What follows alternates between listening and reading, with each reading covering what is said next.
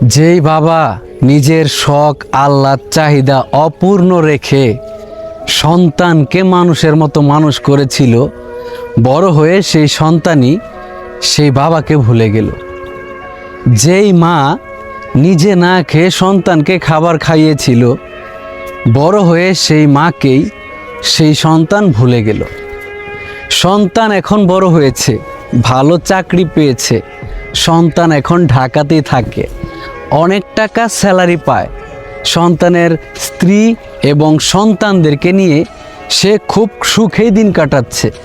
আর এদিকে বৃদ্ধ বাবা বৃদ্ধ মা গ্রামের বাড়িতে কষ্টে দিন পার করছে, সন্তান তাদেরকে অবহেলা করছে।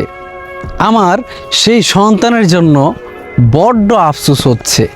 না জানি তার জীবনেও তার বাবা মার চাইতে অনেক বেশি কষ্ট রয়েছে।